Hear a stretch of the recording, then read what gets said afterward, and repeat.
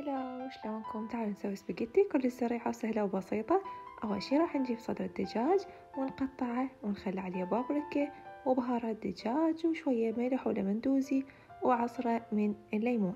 هنا أخلي عليهم برشة من الثوم، وبعدين راح أخلي شوية يتبل وأخلي أحضر الطاوة وأخلي بيها بصل أخضر اختياري، وأخلي عليهم صدر الدجاج اللي تبلناه وحضرناه، وأقلبهم شوية من هنا وشوية من همينة، وراح أسد القبقة شوية مدة 5 دقايق وأفتحها. طبعا لا تتأخرون لأن الدجاج بسرعة يستوي.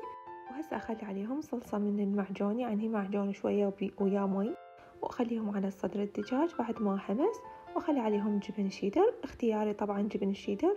وبعدين راح أخلي عليهم سباجيتي سلقتها، وطبعا غسل السباجيتي بماي بارد حتى لا تعجن عندكم. هسه خلطتها طفيت النار وشلتها، راح أخليها بالبايركس، وهيجي خليتها وأخلي عليهم جبن موزاريلا أو أي جبن أنتم تحبونه.